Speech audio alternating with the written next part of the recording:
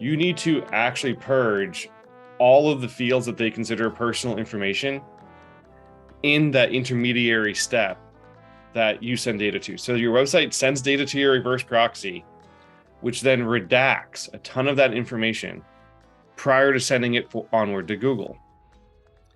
But you pull a lot of information out of that. Any sort of geolocation, the client ID, the device information, potentially any parameters on the page, all of the things.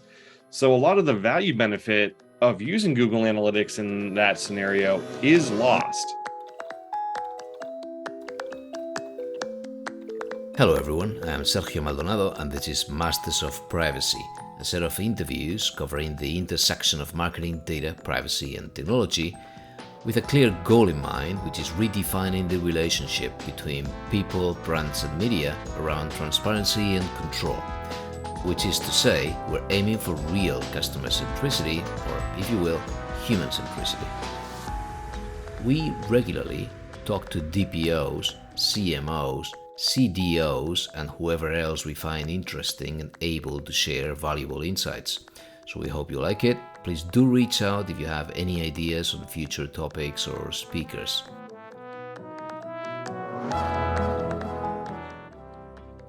Okay, we're back. We're back with, let's say, a perfect guest to kick it off in the new season, Cory Underwood, who is truly a rare find. He understands A/B testing, tag management, analytics, but also he goes pretty deep into privacy compliance, ePrivacy, not just looking at EU, GDPR, ePrivacy, but also at all the new initiatives in the US. So this is great. He writes extensively about that intersection between digital analytics and privacy compliance, and we'll be adding a few links to his blog and other resources. Let's get started.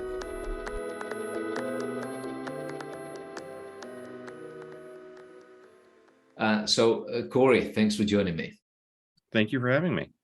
All right.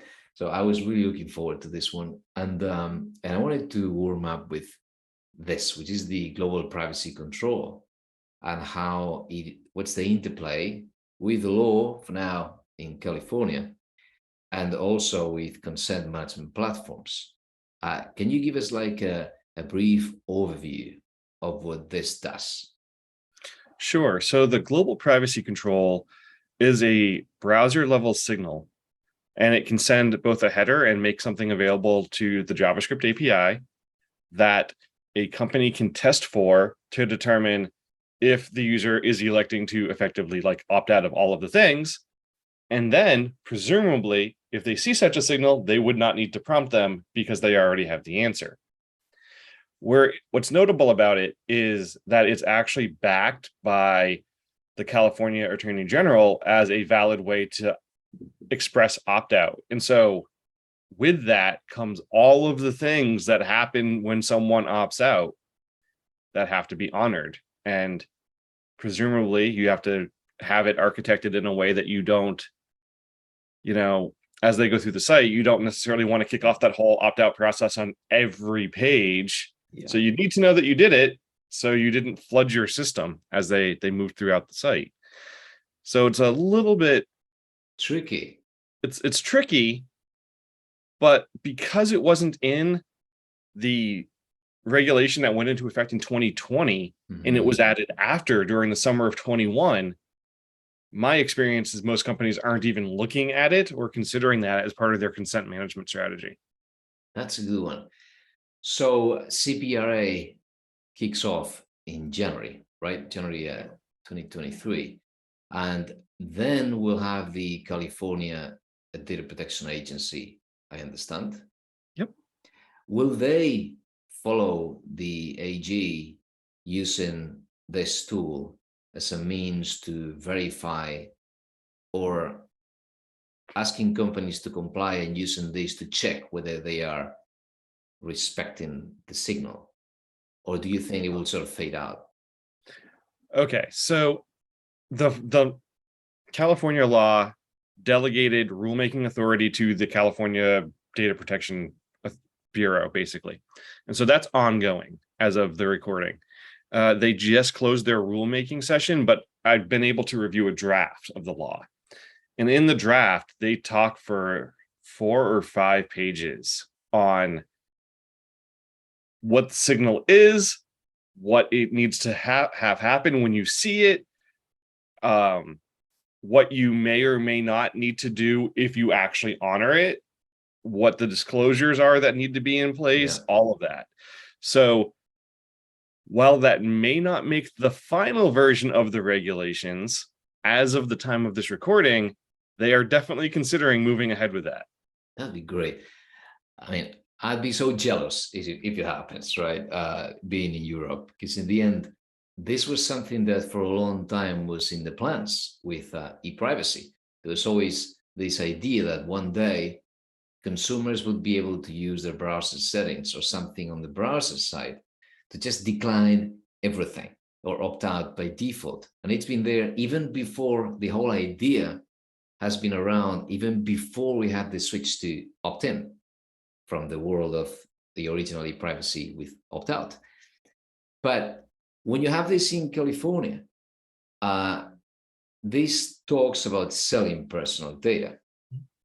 So does programmatic advertising and the data flows and the chain of custody that results from you visiting a publisher's website fall within the sale of personal data? Oh, this is going to be an interesting answer. Okay. So underneath the California draft, how it works is like this.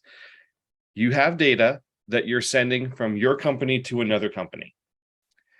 If the person opts out of that, then it becomes, is that data transmission governed by a service provider contract? And under the California law, a service provider contract has to have like 9 different clauses. And all of these things have to be present for it to be considered a valid service provider contract. In the event they are not a service provider, they have to stop the data flow. And so what happened in the Sephora case a couple of weeks ago is they were presented with the opt-out signal. They were still sending the data to the vendors. And then when the Attorney General asked for the service provider agreement, they couldn't provide one, or they chose not to provide it within the window. And so they were like, well, you're in violation because you're sending data to third parties when the user specifically asked you not to. But at the same time, in their privacy policy, they're like, we're not selling data. So that gets into, well, what does it mean to sell data? Under the California belief, it is to exchange data from one company to another for any sort of benefit. That might be different in other states where, like the state of Virginia's pending law specifically says sale of data is exchange of data for monetary compensation. So the definitions are different, but that has a direct impact to what a company needs to do when they're subject to that law. Very good. Yeah. So yeah, that's perfect. So like selling data to data broker and making money out of that, that would be the strict sort of definition in Virginia. And in California, it can be extended to whatever can be made out of that data, and not necessarily, money, of course, because in the end, it's in the flow of commerce. You're going to be selling advertising, you need targeting and so on. Right.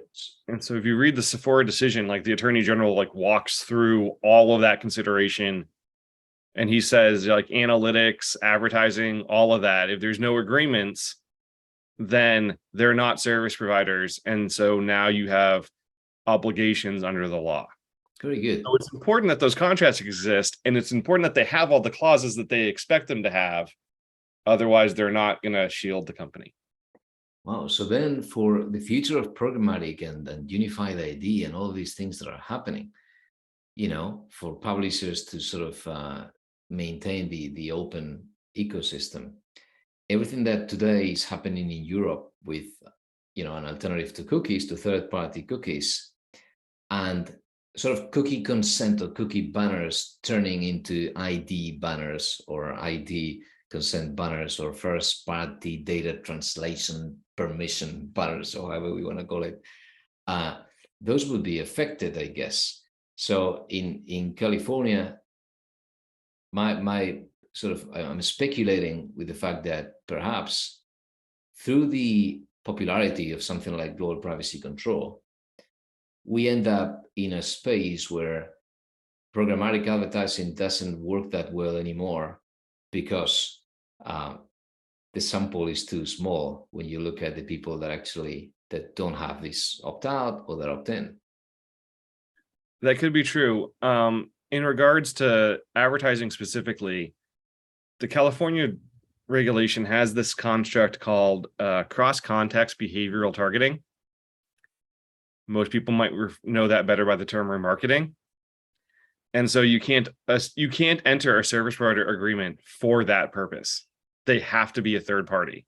Yeah. So that means the user has to be able to say no to being followed around the web, because your desire to sell them a set of shoes is not stronger than like their decision to not be tracked.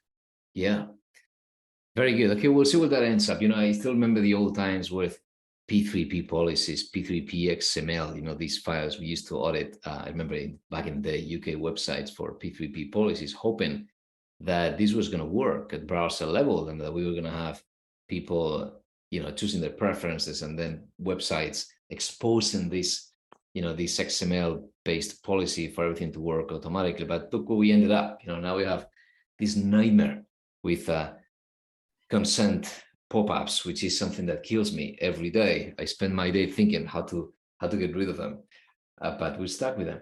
But I wanted to change tack and ask you something else. So Google Analytics, right? Super hot these days. People keep it's like a constant show. Every day there's a new National Data Protection Agency in Europe looking at this. And now, of course, the answer to keep, or the way to keep Google Analytics running, as at the same time Google is forcing everyone to move to GA4 at the speed of light and giving them very little time. While we have this, we've got all of these things sort of working together. We've got people looking at this new consent mode and criticizing that, of course, this is just a way to work with a new platform, and in case there's no consent, what do you do? And then you've got people trying to find a way to make the international data transfer that is happening work with the law. And so the French authority, before we had the Danish decision, we had the French authority going a bit deeper and offering perhaps a way to solve it through a reverse proxy. How complex is that? It is definitely not a minor undertaking. So what the French authority says is you need to actually purge all of the fields that they consider personal information in that intermediary step that you send data to. So your website sends data to your reverse proxy, which then redacts a ton of that information prior to sending it onward to Google. But you pull a lot of information out of that. Any sort of geolocation, the client ID, the device information, potentially any parameters on the page, all of the things. So a lot of the value benefit of using Google Analytics in that scenario is lost. So can you do it? Yes. Is it valuable to you to do it? That's a trickier question. But the French authority did state you also have to consider your hosting provider in that scenario, because if the hosting provider is an American company, some of those same scenarios may apply. And so you're actually looking at having to have a European host potentially and have this service set up just to continue using the system and have it be in a GDPR compliant way. I mean, is it really worth to keep doing the things we've been doing all along? And sort of we're clinging to them by all means, hoping to make them work. And in the end, as we make them compliant, they start losing all their benefits. So it's true that at some point we need to think whether there is another way of achieving, accomplishing the same goals. Because in the end, sometimes what's been happening in analytics, in my experience, is that everything has been sort of happening because of a certain routine, so that all of these processes are in place because they're expected to be. But the final application of these processes to improving a product, to improving your marketing spend, to report on certain activities, they're not that efficient as we've been experiencing over the years. In the end, it's very hard to get these data to get any value, real proper value out of the data. But we got used to all of these layers, and there's a constant redefinition of the data layer, and then a migration, and there's a whole industry around this, and we buy all these tools, and we integrate them, and there's a stack, and there's a whole practice. It's like at this point, we're stuck with this monster that has many, many legs, and we've built expertise on every one of these legs. But when we look at this new perspective, which is, okay, what if you cannot deduplicate people at granular level, be it with third-party cookies or IDs or whatever, because you're either going to need consent, and it's not the kind of consent that many pop-ups are requesting, but actually informed consent, which is much harder to get. Or no matter what you do, in the end, these new rules in terms of data retention periods, being able to declare a purpose before you collect data, which sometimes is very hard because you don't even know what you're going to do with that data.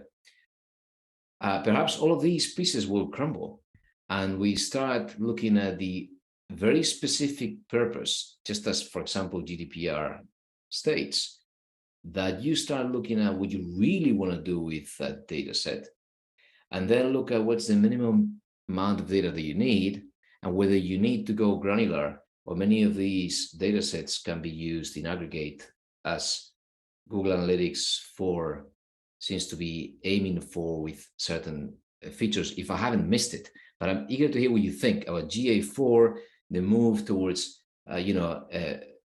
using advanced statistics to replace sort of causality and granular data. Or maybe I'm going too deep. What do you think about this overall move? It's good that they enabled you to turn off those features on a country by country basis, rather than have them just apply across the board, I think, because that's going to help from a compliance point of view in potentially not the GDPR given the decisions, but like any sort of similar law that's by a different country, it might meet those standards. I do agree with you that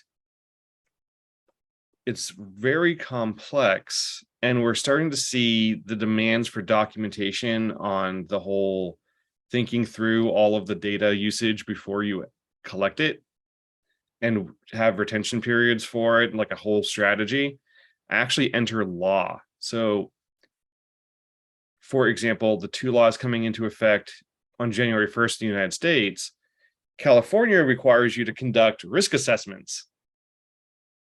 And in the event that you determine something's high risk, you got to tell the agency about it on a regular basis. What that looks like is not defined, but presumably you've done these and that you have them on hand if the agency was to ask you for them. And the California law also requires that agencies have a cybersecurity program and have some sort of external assessment to it, which the details for that have not been laid out fully yet, but that's new for a lot of places. Then on the Virginia side, they have effectively like data protection assessments that have to be put into place for certain uses. And in particular, they want one every time someone does targeted advertising. So I think it's going to slow down, or at least it should slow down, data collection activities, because the amount of documentation for compliance needs has continued to increase. And the fines for not having those documents when you're asked for them tend to be relatively high. Yeah. So we may be on the verge of seeing a shift. Yeah. And with regards to fines, something that is happening in Europe, sadly, is that's what's being pondered. There's a business case to be made that paying a fine is worth it, because the amount of the fines at this point, so far, when it comes to these things, is never that much to justify fighting with a marketing department and all of your agencies that are now used to building these models to what they believe is, perhaps attribution and whatever they're building. So in the end, it's so hard to mess with the marketing department and to play with those tags or to reconfigure or to even play with the consent management platform and fine tune the way in which you are collecting, consent. So in the end, I see plenty of companies thinking, look, what's the worst thing that can happen? Look at everyone around us. No one is compliant. And I think that's pretty sad because it means that we've been talking about customer centricity for so many years and not caring about the consumers, and not even the reputational impact is having much of a consequence, because I say big fines throughout Europe and it doesn't seem to have that much of an impact. People are still not moving towards full compliance. I think we're starting to see a shift in the States. And I say that for two reasons.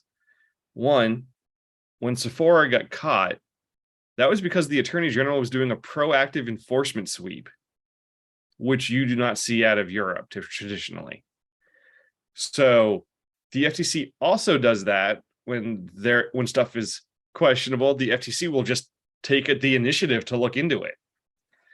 And so with that proactive stance, the risk of being found out is slightly higher.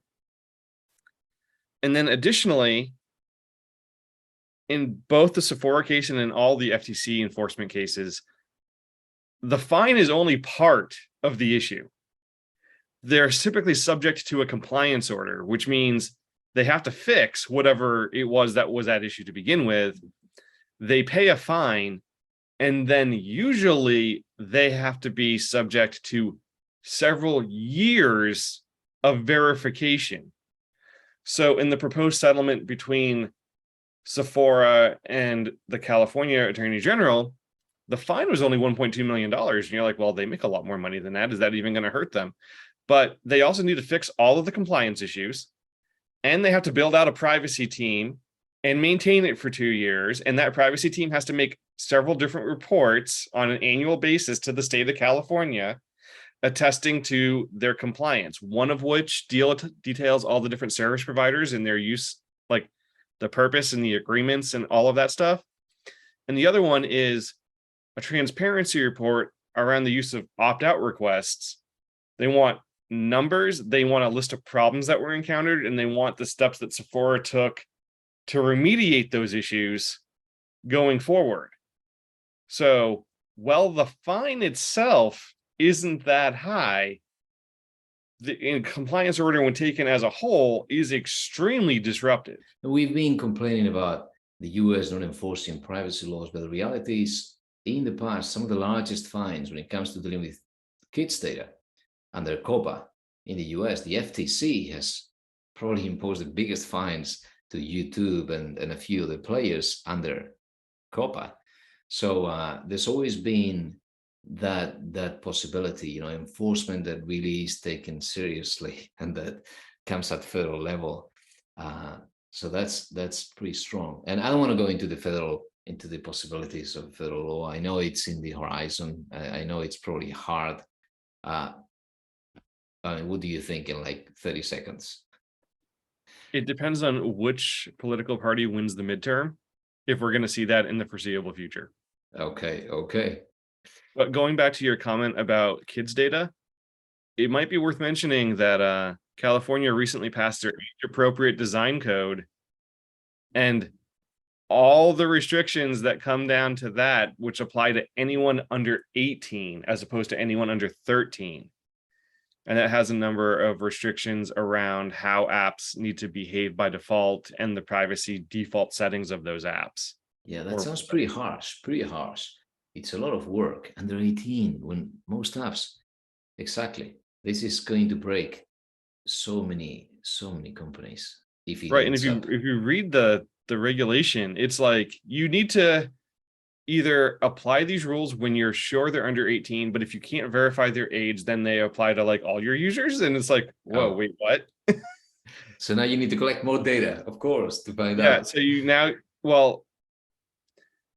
you're not supposed to collect data for people under 18 without their opt-in consent. So if you can't verify their age, and now you need to have everything like locked down by default and they have to manually turn it on, how many people are going to do that? I mean, really? Yeah, I don't know where that's. I don't know where that's going. That's a bit far fetched. I don't know, but yeah. So look, to sort of move forward. Yeah, I mean, I know we have an impasse because of Schrems 2, and I'll shoot a last question, but this just a thought, because I know we've all been entangled in this mess with FISA and then Cloud Act, and there's Cloud Act hasn't made it yet to the Court of Justice of the European Union. It hasn't made it to the top level as FISA did with Schrems 2. And of course, if it does, it's going to be crazy. If this happens, then everything is over, because every company, no matter where they have their servers in the MarTech space, is American, or 80% of them are. So if that happens, it's going to be crazy.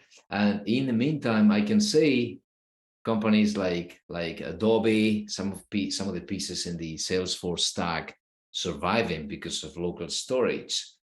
But I wonder where this is going to end up. Do you see any companies that you work with or that you know of already compartmentalizing their data in a way that they treat customer data locally in every place? For now, simply adjusting to the FISA challenge and to the Schrems 2 challenge. I think that's something that a lot of the more major international companies are starting to look at. It's an expensive process because, I mean, theoretically, you spent all that money to combine the data in one central location, and now you're spending that money again to like break it apart. And breaking it apart can be much more time consuming than combining it. So it's an expensive proposition. But in regards to the cloud service, Denmark did release guidance on their view of like interacting with cloud providers. And they said, can you use cloud providers? Well, that depends on what data you're storing in them. And they have a whole set of pages, and like the whole thing is like 32 pages. But that is the best most recent guidance I have seen on the use of cloud providers in Europe. Well, it's getting so extremely complex, and and I'm a lawyer, and you deal with this all the time, and it's getting totally out of control. And I guess it's always going to be harder in Europe, precisely because technologies are coming from the US. And so paradoxically, it's easier to be non-compliant if you're in Europe, if technologies come from the same place where surveillance is happening as well. So it's going to be very difficult to handle. But I had a last question. You wrote this great piece called The Privacy Paradox. So what is the key? Again, we're running out of time, but that you feel, that you perceive is the challenge, right? In marketing teams, legal teams, to be able to deal with this. Why is everything a mess? Nobody seems to comply. In Europe, you come across all of these cookie notices that don't work. Nobody knows what's going to happen with Universal ID, with UID, Trade Desk, to replace third-party cookies, because nobody wants to be a data controller. Right. And the IAB Europe, has just suffered the consequences of trying to be in the middle. So, what's your perception with this? What's in terms of why this mismatch? If you look at it, you have basically two fields, engineering and legal, both of which require a huge body of knowledge. And it is unlikely that either field was exposed to the other meaningfully during their training. So like in the United States, I don't think there's any state that requires for the bar having like a computer security / ethics program. New York is switching. They're going to start requiring it for their continued education, but not for another year or two. But if you have no context, then you have to either have an engineer who's capable of translating the legal stuff, or that rare lawyer who has had enough technical training to understand what that means. So I think a lot of the issue is, if you get them both in the same room, they don't speak the same language. Yeah, that's the thing.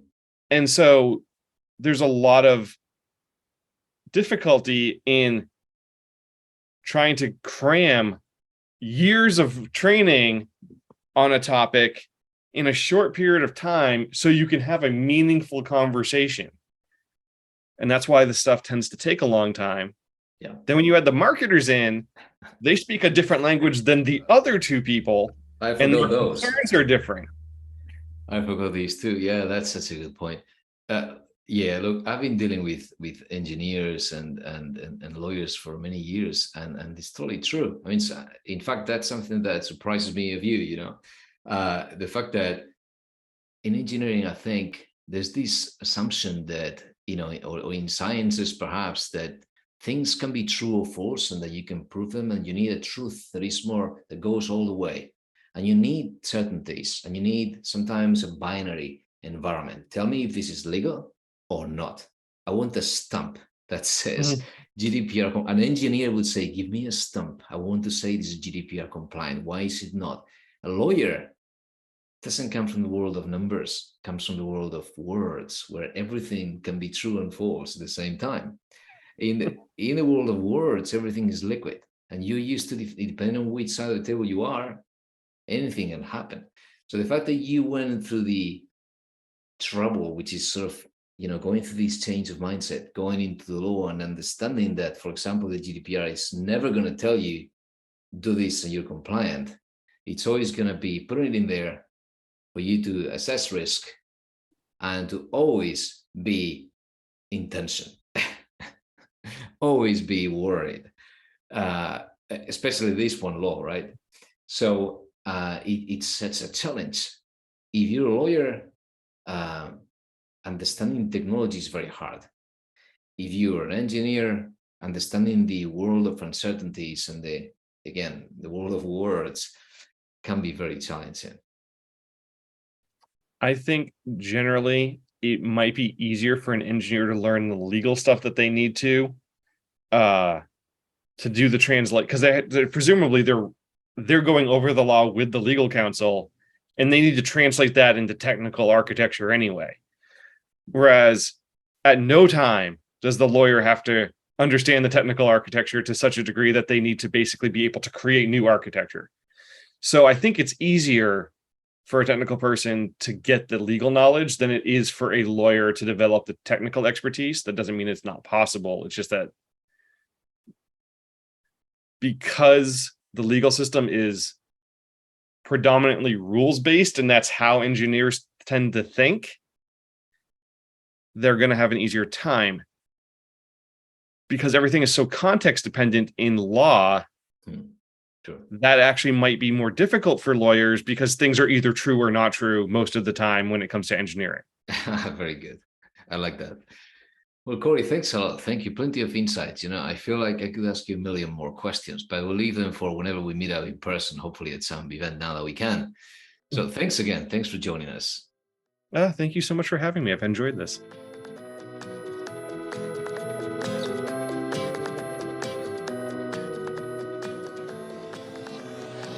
Okay, that's all for today. And you will find some episode notes and links to our social channels on mastersofprivacy.com. Thank you for listening.